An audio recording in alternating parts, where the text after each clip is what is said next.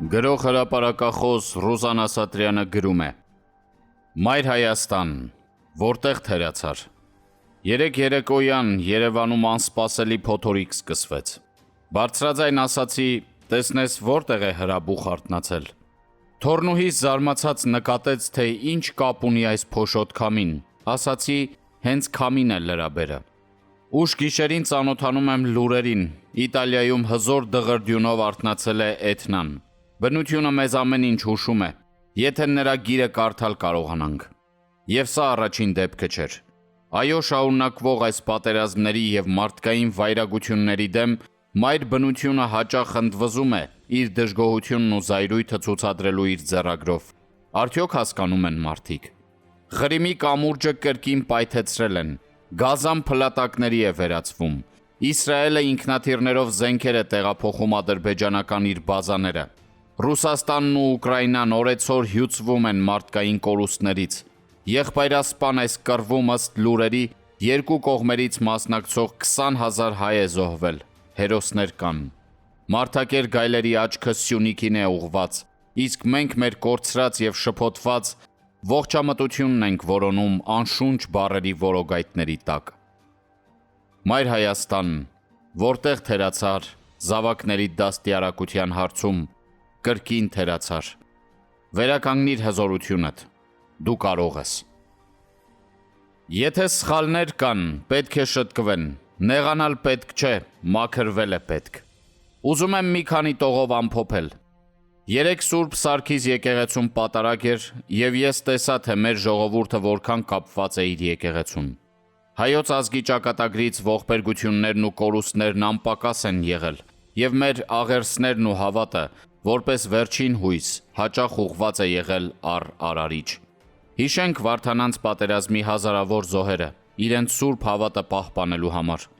Եկեղեցու դերը մեծ է եղել հայոց դպրության, ավանդույթների, հայապահպանության, հայահավաքման և հայրենիքի պաշտպանության գործում։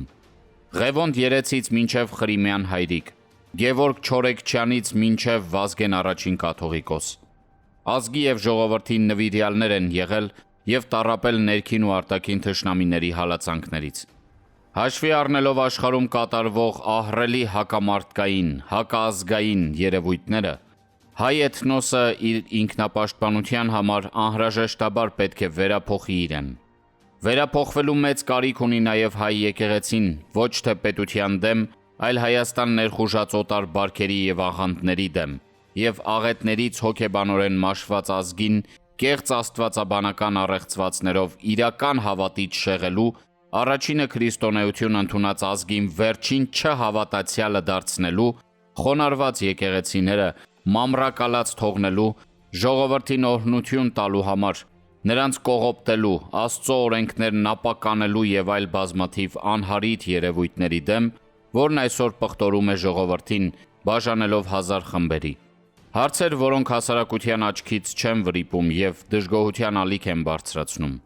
Այսօր միայն եկեղեցու ոլորտում չեն բաց թողումները, քաղաքականության, երկրի պաշտպանության, կրթության, առողջապահության, դատաիրավական և այլ ոլորտներ ինքնամաքրվելու խիստ կարիք ունեն։ Այնպես որ ազգովի մեզ վերափոխելու խնդրի առաջ ենք կանգնեցրել և մութ սենյակում պետք չէ կատու փնտրել։ Եթե մյուս ոլորտներին բազում դիտողություններ է արվում, ինչու պետք է եկեղեցին իր սխալների համար չքննադատվի։ Եկեղեցին որպես սրբավայր հեռու պետք է լիներ սխալներից, որ կարողանար մաքրել երևանյան փողոցները զանազան կեղծ վկաներից։ Հետգրություն։ Վարչապետը որպես Հայաստանի Հանրապետության վարչապետ հայոց ոսկեղենիկ բառերի փոխարեն չպետք է օգտագործի հայոց բազմաշերտ բառամթերքին անծանոթ դուրսպրծուկ բառեր։ Ստեղծել իմաստունների խորհուրդ։ Ազգ, պետություն և եկեղեցի։ Սա եռամիասնությունն է, որի միասնական, միանպատակ, հանուն և միայն ազգային շահերի համար պայքարող կուռ ոգին կարող է դառնալ ազգային առողջ սրտի զարկերակ։ Հայաստանը աստվածների երկիր է եղել, այսօր Աստծո երկիր է, մենք հայ քրիստոնյաներ ենք։ Աստծո երկրում բոլորը սուրբ պետք է լինեն, վեր են վար։ Ամեն մեկը թող սկսի իրենից, որ երկիրը մաքրվի և հզորանա։ Այս հակահայ երկկողմանի հարձակումները մեզ շփոթեցնելու համար է։ Արդար եղեք սրբերի երկրում, կարող է մի բան կա, գլխի չենք ընկնում, լուսավորեք մեզ։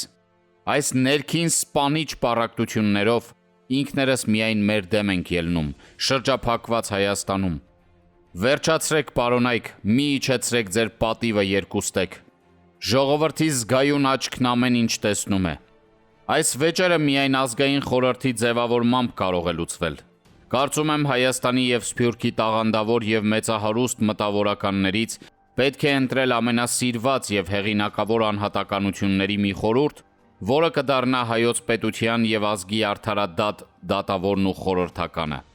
Սա նորություն չէ, բոլոր ժամանակների և տարբեր ազգերի հզոր թագավորներն անգամ պարտադիր ունեցել են իրենց իմաստունների խորհուրդները, ովքեր նրանց ու երկիրն ազատել են փակուղու առաջ հայտնվելուց։ Մտածենք այս մասին։ Ամոթ է, ինչի հետևից եք ընկել։ Թիթեռ եք բռնում, հայեր։ Երբ ոգիդ հզոր է, դու ամենակարող ես դառնում։ Իսկ ոգին հզորանում է այն ժամանակ, երբ ազգը կամ անհատը հաղթանակ է տոնում։ Երբ ոգին շունչը փչում է, երկուսն էլ գոյի են վերածվում։ Փաստ է, մենք խաղաղություն ենք ուզում, որովհետև պարտություն պարտադրեցին, իսկ Ալիևը հաղթեց և այսօր էլ կրակում է խաղաղ բնակիչների վրա։ Դիտեցի ցեղասպան Ռասուլզադեի համար Բաքվում Ռուսաստանի դեմ կազմակերպված մեծ երթը դրոշներով, նկարներով և կոչերով։ Անկեղծ ասած տողատակերը չէի նայել։ Մի պահ Զախարովան տարօրինակ լռում է։ Ինչու՞։ Ինձ թվաց հայերս ենք, Երևանում առողջ ուժերը Արցախում բացված նոր օդանավակայանի հանձնման օրվա կապակցությամբ մեզ հետ կապված հայտարարությունների համար երթի են երևի ելել ավաղ։ Հայեր, ինչ է ձեզ պատահել։ Այս ինչ քար անտարբերություն է։ Մի հարցի շուրջ եթե 10 հոգով հավաքվեք, 10 կարծիք եք հայտնում, հենց այնպես մի բան ասելու համար։ 35 տարի նպատակը կա, գործ անողը ոչ։ Երկիրը գնալով շագրենու կաշվի նման փոքրանում է և այսօր, երբ Էրդողանը Արցախի իրենց եռակողմ հանդիպման ժամանակ հայտարարում է, որ միջանցքի հարցով հույս ունի Իրանը կաջակցի իրենց, փոխանակ այդ վտանգի դեմ ազգովի ըմբոստանալու, հեռուստաեթերով, մամուլով և սոցցանցերով մի գռեհիկ բան եք քննարկում։ Ամոթ։ Ոչ ասողը պետք է ասեր և ոչ էլ դուք շարունակեիք։ Ուր եք կորցրել ձեր արժանապատվությունը։ Ինչ եք սովորեցնում մեր սերնդին։ Ոչ դատարկված Արցախն է ձեզ զգաստացնում, ոչ մահվան բլուրի վրա հազարավոր դրոշները։ Չեղավ ժողովուրդ, չեղավ։ Ինձ հեշտ է քեզ պրովոկացիայի տանելը։ Տղերք, վատ բարքեր են գլուխ բարձրացրել, թմրադեղերը սերնդին չումայի նման հնձում են,